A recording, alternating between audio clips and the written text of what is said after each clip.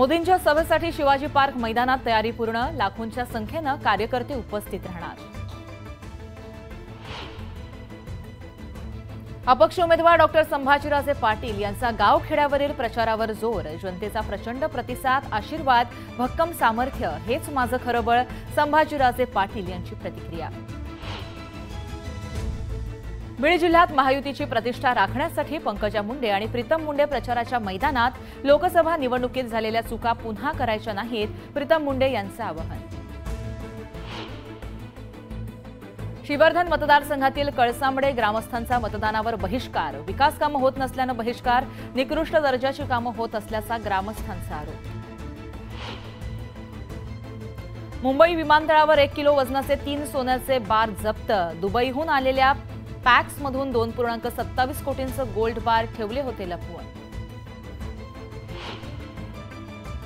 चंद्रपूर जिल्ह्यात आयशर गाडीतून देशी दारूच्या पेट्या जप्त, 32 लाखाचा मुद्देमाल असल्याची माहिती, कोरपना पोलीस स्थानकात गुन्ह्याची नोंद। वाशिम जिल्हा कार्यालयातून कर्मचारी वेळेआधी निघून गेल्यानं परिषदेच्या गेटला लावलं कुलूप, मुख्य कार्यकारी अधिकाऱ्यांची कारवाई। आळंदीतील संजीवन समाधी मंदिराच्या गाभाऱ्यात आकर्षक देशी विदेशी फुलांची सजावट, सकाळपासून भाविकांची तुफान गर्दी। सुवर्णनगरीत गेल्या 5 दिवसात सोन्याचा दर 4,000 तर चांदी 7,000 घसरली, सोने 80,000हून 76,000 तर चांदी 98 वरून 91,000। हेडलाइन्स प्रायोजक राजयोग पेंट्स, आनंद तुमचा, रंग आमचा।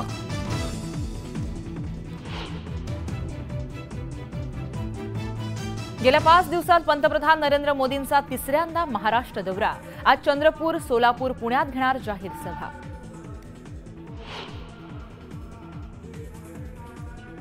विमानात बिघाड झाल्यानं राहुल गांधींचं दिल्लीत परतले, चिखलीतील सभेवर अनिश्चिततेचं सावट, तर गोंदियामध्ये होणार जाहीर सभा। शिंदेंच्या उमेदवारांना 25 कोटी पोहोचले, तर मोदी, शहा, शिंदे, फडणवीसांच्या बॅगा तपासतात का? संजय राऊतांचा निवडणूक आयोगाला थेट सवाल। राज ठाकरेंच्या बोलण्याला राज्य किंमत देत नाही, उद्धव ठाकरेंवर बोलताना राज ठाकरेंनी भान बाळगावं, संजय राऊतांचा राज ठाकरेंना थेट इशारा। मराठा समाजाची कांड्यावर मोजण्या इतकी मतं, भाजप आमदार बबनराव लोणीकरांचं मराठा समाजाबाबत वादग्रस्त वक्तव्य, वक्तव्यानंतर मात्र लोणीकरांकडून सारवासारव।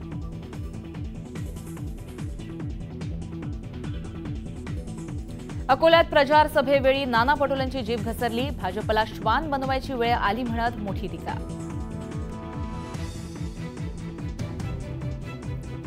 संविधानाची मोडतोड काँग्रेसनं केली, स्वार्थासाठी त्यांनी संविधान तोडलं आणि आमच्या नावानं टीका करता हा कसला न्याय? केंद्रीय मंत्री नितीन गडकरींचा काँग्रेसवर प्रहार।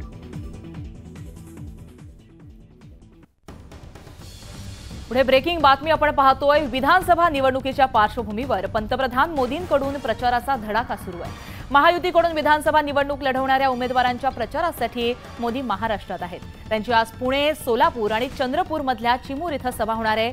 पंतप्रधान मोदी यांची पहिली सभा चंद्रपूर जिल्ह्यातल्या चिमूरमध्ये होईल, त्यानंतर दुपारी सोलापूर आणि सायंकाळी पुण्याच्या SP कॉलेजच्या प्रांगणामध्ये मैदानामध्ये त्यांची सभा पार पडणार आहे। मोदींच्या सभेवेळेस जोरदार शक्ती प्रदर्शन भाजपसह महायुतीतील सहभागी मित्रपक्षांकडून केलं जाणार आहे।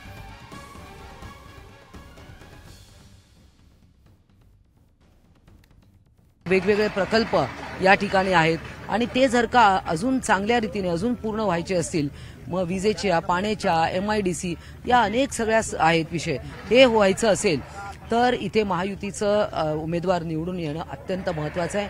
आणि त्यासाठी माननीय मोदीजी हे स्वतः आज चिमूर या ठिकाणी येणार आहेत। त्यांचं मार्गदर्शन जनतेला आणि आम्हाला लाभणार आहे, त्याची आम्ही खूप प्रतीक्षा करत आहोत। आमदार बंटी भांगडिया यांनी केलेलं काम आणि प्रत्येक वेळेस गोरगरीब जनतेला आणि सामान्य जनतेला, मग तो शैक्षणिक मदत असेल, आरोग्य मदत असेल, असं कोणताही क्षेत्र सुटला नाही। त्यांनी या 10 वर्षात केलेला विकासावर इथं मतदान लोक करणार आहेत। मोदी साहेब शेतकऱ्यांचं जे काही मागण्या आहे ते मोदी साहेब पूर्ण करणार अशी आम्हाला अपेक्षा आहे.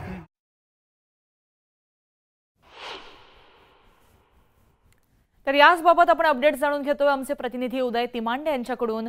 उदय, एकंदरीतच आगामी निवडणुकीच्या पार्श्वभूमीवरती पंतप्रधान मोदी सभांचा धडाका सुरू केलाय, प्रचाराचा धडाका सुरू केलाय. आज देखील महाराष्ट्र दौऱ्यावरती येणार आहेत. पुणे, सोलापूर, चिमूरमध्ये सभा पार पडणार आहे.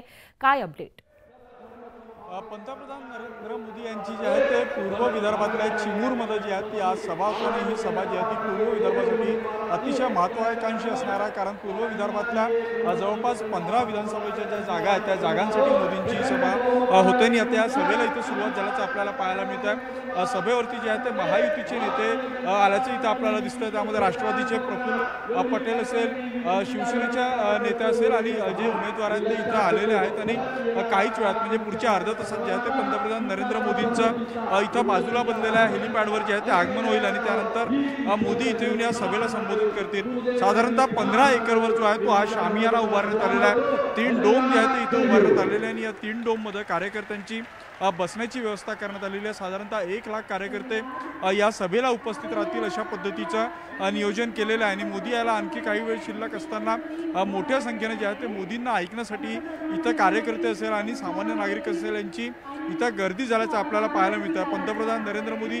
या छोट्या भागात येत असल्यामुळे सुरक्षेची चोख व्यवस्था जी आहे इथं ठेवण्यात आलेली आहे. मग त्यात स्थानिक पोलीस असेल, SPU असेल किंवा राष्ट्रीय ज्या काही सुरक्षा यंत्रणा आहेत त्यांची सुरक्षा व्यवस्था जी आहे ती इथं तैनात करण्यात आलेली आहे. मोठ्या संख्येनं इथं कार्यकर्ते एकत्रित झालेले आहेत आणि मोदींना एक झलक जी आहे ते या ग्रामीण भागातील लोकांना पाहायचं आहे. त्यामुळे इथं आपण पाहतोय की कार्यकर्त्यांची गर्दी आहे. काही भाजपचे कार्यकर्ते आपल्यासोबत आहेत. आपण त्यांच्याकडून जाणून घेऊया की ते किती उत्साहित आहेत.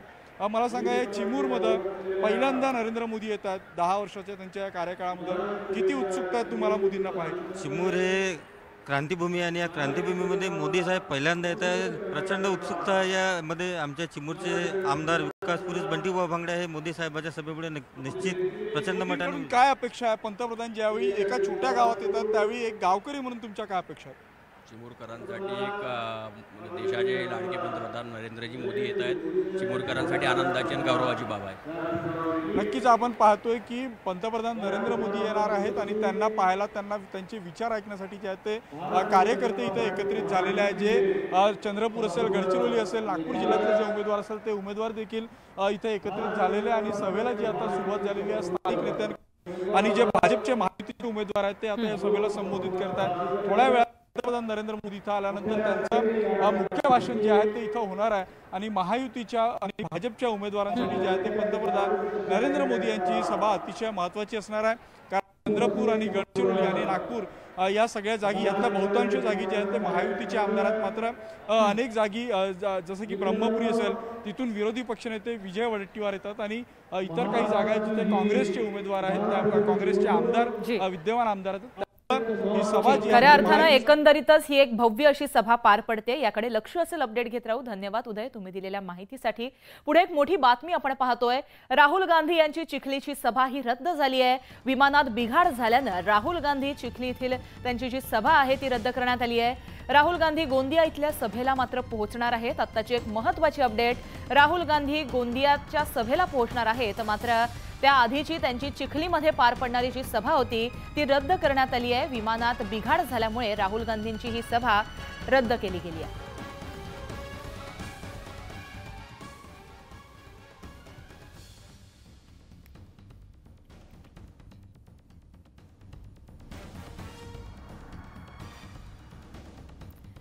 तर याबाबत आपण अपडेट जाणून घेतो आमचे प्रतिनिधी प्रशांत लीला रामदास यांच्याकडून.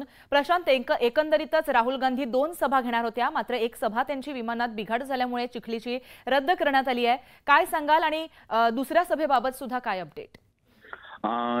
राहुल गांधी जे काँग्रेसचे नेते आहेत आणि विरोधी पक्ष नेते आहेत लोकसभेतील, त्यांची चिखली येथे म्हणजे बुलढाणा जिल्ह्यातील चिखली येथे होणारी जी सभा आहे, खास करून विधानसभा निवडणुकीच्या संदर्भातली ही सभा, विमानामध्ये तांत्रिक बिघाड आल्यामुळे ही सभा रद्द करण्यात आली आहे. आता ही सभा सचिन पायलट आणि रमेश चेन्नितलैया जे काँग्रेसचे प्रभारी आहेत ते घेतील. त्या महत्वाचं म्हणजे राहुल गांधी हे गोंदिया इथे थेट आता सभेला जाणार आहे. गोंदिया इथे त्यांची तिथल्या विधानसभा उमेदवारांच्या प्रचारासाठी ही सभा होणार आहे. पण विमानात आलेल्या तांत्रिक बिघाडामुळे त्यांनी चिखलीची सभा रद्द केली अशी सूत्रांनी माहिती दिली आहे. स्टुडिओ जी, नक्कीच गोंदियात पार पडणाऱ्या त्यांच्या सभेकडे लक्ष असेल आणि इतरही बातम्या जाणून घेत राहू. तत्पूर्वी धन्यवाद तुम्ही दिलेल्या माहितीसाठी. माजी केंद्रीय मंत्री रावसाहेब दानवे यांचा एक व्हिडिओ सध्या सोशल मीडियावर चांगलाच व्हायरल होतोय. दानवेंनी कार्यकर्त्याला लाथ मारतानाचा हा व्हिडिओ समोर आलेला आहे. जालनाचे शिवसेनेचे उमेदवार अर्जुन खोतकर हे रावसाहेब दानवेंना भेटायला आले होते. या भेटीवेळेस दोन्ही नेते फोटो काढण्यासाठी उभे राहिले होते. यावेळेस एक सामान्य कार्यकर्ता त्यांच्या बाजूला उभा राहिला, मात्र दानवेंनी लाथ मारत या कार्यकर्त्याला बाजूला केलं. मात्र यावर आता ज्यांना लाथ मारली गेली या संदर्भात त्यांनी स्पष्टीकरण दिलंय. शेख अहमद असं त्यांचं नाव असून त्यांनी दानवेंचे 30 वर्षापासूनचे ते जुने मित्र आहेत असं म्हटलंय. खोतकर दानवेंना भेटायला आले होते. त्यावेळेस दानवेंचं शर्ट अडकलं होतं, ते काढण्यासाठी शेख अहमद पुढे गेले होते. मात्र त्यावेळेस गमतीत दानवेंनी त्यांना लाथ मारली असल्याचं स्पष्टीकरण त्यांनी यावर दिलंय.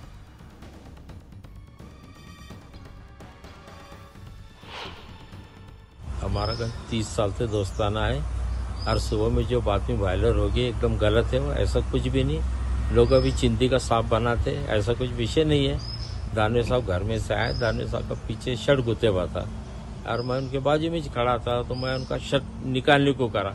दानवे साहब को कुछ समझ में नहीं आया. दानवे साहब के हाथ में भी गुलदस्ता था और ऐसा उन्होंने जो लात बता रहे तो ऐसा कुछ भी नहीं है. केंद्रीय मंत्री रावसाहेब दानवेंनी त्यांच्या कार्यकर्त्यांना लाथ मारल्याचा व्हिडिओ व्हायरल झाल्यानंतर आता विरोधकांनी रावसाहेब दानवेंवर टीका केली आहे. त्यांच्याच पक्षात सहकार्यांना कसं वागवलं जातं हे त्याचं लक्षण असल्याची टीका शरद पवारांनी केली आहे. तर आदित्य ठाकरेंनी सुद्धा या मुद्द्यावरून दानवेंवर टीका केली आहे. लाथ मारणं हे कितपत योग्य असल्याचा सवाल त्यांनी उपस्थित केला आहे.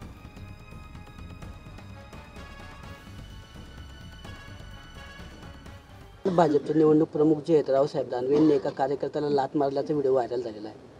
असं आहे की त्या पक्षामध्ये सहकार्यांना कसं वागवलं जातं त्याचं लक्षण आहे.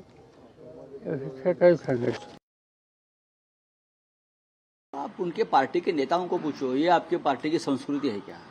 आप उनकर जाकर पूछिए. आप एकनाथ शिंदे को पूछिए. हां, बघा रावसाहेब दानवे यांच्याविषयी आता किती वेळा आम्ही याच्यावरती बोलायचं.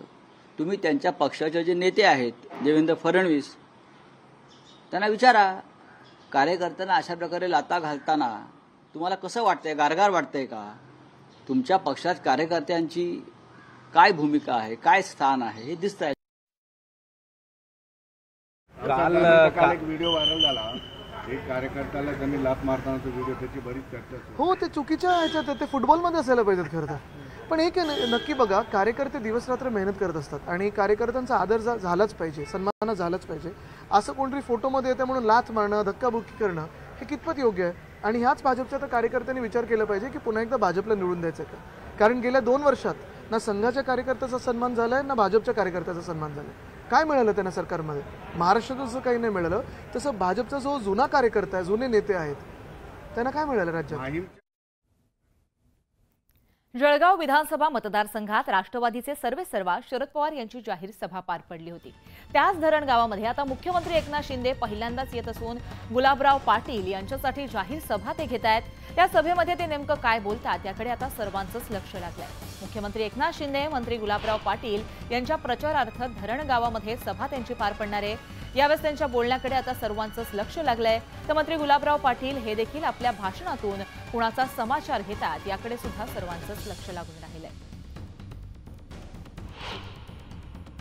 माननीय मुख्यमंत्री साहेबांनी वंदनीय शिवसेना प्रमुखांच्या स्वप्नातला शिवसैनिक हा किती कार्यक्षमतेने काम करू शकतो या भावनेने त्यांनी काम करून महाराष्ट्रातल्या जनमानसात जे स्थान मिळवलेलं आहे त्या जनमानसाच्या स्थानावर आणि आस्थेवर आणि प्रेमावर आज या ठिकाणी जी सभा होणार आहे ती एक ऐतिहासिक सभा होणार आहे. आणि ही सभा नामदार श्री गुलाबरावजी पाटील साहेबांच्या विजयाची नांदी ठरेल हे आपण पाहू शकाल. या सभेचं नियोजन करताना या ठिकाणी जवळपास 30 ते 40 हजार नागरिक तसेच शिवसेनेवर प्रेम करणारी माणसं, बंधू आणि भगिनी उपस्थित राहणार आहेत. मुक्ताईनगरमध्ये एकनाथ खडसे आणि चंद्रकांत पाटील यांच्यामध्ये वाकयुद्ध रंगलंय. विनोद सनावणे गोळीबार प्रकरणातील संशयित आरोपी चंद्रकांत पाटलांच्या रॅलीत कसे आले असा सवाल खडसेंनी उपस्थित केलाय. तर महिलांची छेड काढणं तुमच्या कार्यकर्ते आणि तुमचे उद्योग आहेत असे अनेक आरोप एकनाथ खडसेंनी सध्या सुरू केलेल्या असलेल्या निवडणुकीदरम्यान आमदार चंद्रकांत पाटील यांच्यावर केलेत. यावर चंद्रकांत पाटलांनी सर्व आरोप फेटाळलेत. खडसे करत असलेले आरोप फालतू आहेत. एकनाथ खडसेंची आणि माझी नार्को टेस्ट करा असं देखील चंद्रकांत पाटील म्हणाले. विखे गुरजळ हा आमदारांनी निवडणुकीची प्रचार रॅली काढली. त्या प्रचार रॅलीमध्ये हा सहभागी होता. तर ह्याचा संबंध काय आमदारांशी? हाच प्रश्न आमदारांना मी आताही विचारतोय की जर तुमच्या तो रॅलीमध्ये सहभागी होता आणि दुसऱ्याच दिवशी गोळीबार होतो. 5 वर्षामध्ये टिकली कुठे फुटली नाही आणि हा प्रकार फक्त इलेक्शनमध्ये कसा घडला तर खऱ्या अर्थाने चौकशी व्हावी अशी मी विनंती करेल. मी SITला विनंती करेल चौकशी करावी आणि याची योग्य पद्धती छडा लागला पाहिजे. याच्या मागे कोण आहे? कारण हा कटकारस्थान रचून फक्त आमदारांना बदनाम करण्यासाठी काही लोक हा प्रयत्न करताय का? हाही विषय त्याच्यावरून निघाला पाहिजे. आणि मी अतिशय ओपन आहे. मी तर तुम्हाला सांगतो की ह्या चौकशीत खडसेंना जर असं वाटत दिलं खडसेंची पण नार्को टेस्ट करा. पुढची बातमी आहे नाना पटोले यांनी अमित शहांवर केलेल्या टीकेची. तर नाना पटोलेंनी अमित शहांवर टीका केली आहे. अमित शहांचा जन्म देखील झाला नव्हता तेव्हापासून काँग्रेस अस्तित्वात आहे. देशाच्या स्वातंत्र्यात काँग्रेस होती, अमित शहा तुम्ही नव्हता असं म्हणत नाना पटोलेंनी जोरदार हल्लाबोल केलाय.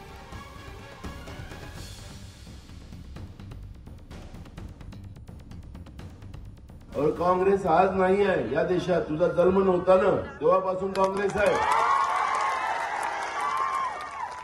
या देशाच्या स्वातंत्र्याच्या लढ्यामध्ये काँग्रेस होती, तुम्ही नव्हतात. या काँग्रेसच्या बद्दल रोज शिवा देऊन तुम्ही सत्तेमध्ये आलात. तुम्हाला बहुमताचं सरकार या देशामध्ये दिलं. काळा धन आणू, 15 लाख रुपये तुमच्या खात्यात टाकू, कुठे गेले? माजी आमदार शिरीष चौधरी आणि त्यांचे बंधू रवींद्र चौधरी यांच्यावर मंत्री अनिल पाटलांनी गंभीर आरोप केलाय. अमळनेर तालुक्यामध्ये 2 वर्षांमध्ये सूतगिरणी उभारून हजारो तरुणांना त्यांनी रोजगार देण्याचा शब्द दिला होता. मात्र सूतगिरणीत चौधरी बंधूंनी महाघोटाळा केलाय. अमळनेरकरांच्या स्वप्नांचा चुराडा केलाय असा गौप्यस्फोट त्यांनी केला. तर भर चौकामध्ये त्यांनी उत्तरं द्यावीत असं देखील आव्हानही त्यांनी दिलंय. ही जी सूतगिरणी अमळनेरची ही कोल्हापूरला हस्तांतरित करून जवळपास 18 कोटी 20 लाख रुपये कोल्हापूरच्याच एका बँकेमध्ये ते या ठिकाणून शिफ्ट केलेले आहेत. आता त्या पैशाचं काय झालं, कसं झालं, याचा विनियोग कसा केला, ते कायदेशीर होते की बेकायदेशीर होते, याबाबतची चौकशी येणाऱ्या काळामध्ये नक्की होणार आहे. आणि हे जे काही घबाड मारलं 18 कोटी 20 लाख रुपयाचं घबाड आज ते जनतेसमोर आणलेलं आहे. माझं आव्हान आहे की या 18 कोटी 20 लाख रुपयाचं मारलेलं घबाड याच्याविषयी खुलासा द्यावा आणि शासनाने याची संपूर्ण सखोल चौकशी करायची. पुढच्या बातमीकडे आपण वळतोय. संजय राऊत यांनी राज ठाकरेंवर आता निशाणा साधला. राज ठाकरे म्हणजे दुसरे मोरारजी देसाई आहेत. त्यांना एकाच वेळी गुजरात आणि महाराष्ट्राचं नेतृत्व करण्याची इच्छा आहे. मात्र राज ठाकरे यांच्या बोलण्याला महाराष्ट्र किंमत देत नाही असं राऊत म्हणालेत. तर उद्धव ठाकरेंची लढाई गुजरातच्या खतरनाक व्यापाऱ्यांविरोधात आहे असं देखील संजय राऊतांचं वक्तव्य समोर आलंय.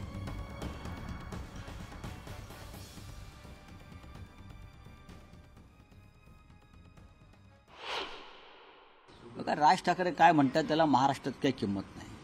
मोरारजी देसाई नंतर गुजरात आणि महाराष्ट्राचं नेतृत्व त्यांना करण्याची इच्छा आहे. गुजरात आणि महाराष्ट्र एकाच वेळेला गुजराती आणि पण त्यांना महाराष्ट्रात त्यांच्या पक्षाला फार स्थान आहे असं मला वाटत नाही. ज्या पद्धतीनं गुजरातच्या 2 व्यापाऱ्यांनी आपल्या स्वार्थासाठी मुंबई आणि महाराष्ट्राची लूट चालवली, महाराष्ट्राच्या स्वाभिमानासंदर्भातले 2 पक्ष फोडले आणि हे महाशय जे आहेत हे त्यांच्या बाजूने उभे आहेत. पण मी इतकं सांगेन उद्धव ठाकरे यांच्यावर टीका करताना आपण थोडंसं भान ठेवा. ते शिवसेनेचे पक्षप्रमुख आहेतच, पण महाराष्ट्रावर दल्ला मारणाऱ्या हल्ला करणाऱ्या गुजरातच्या 2 खतरनाक व्यापाऱ्यांविरुद्ध त्यांची लढाई सुरू आहे. ते आणि शरद पवार. पुढची एक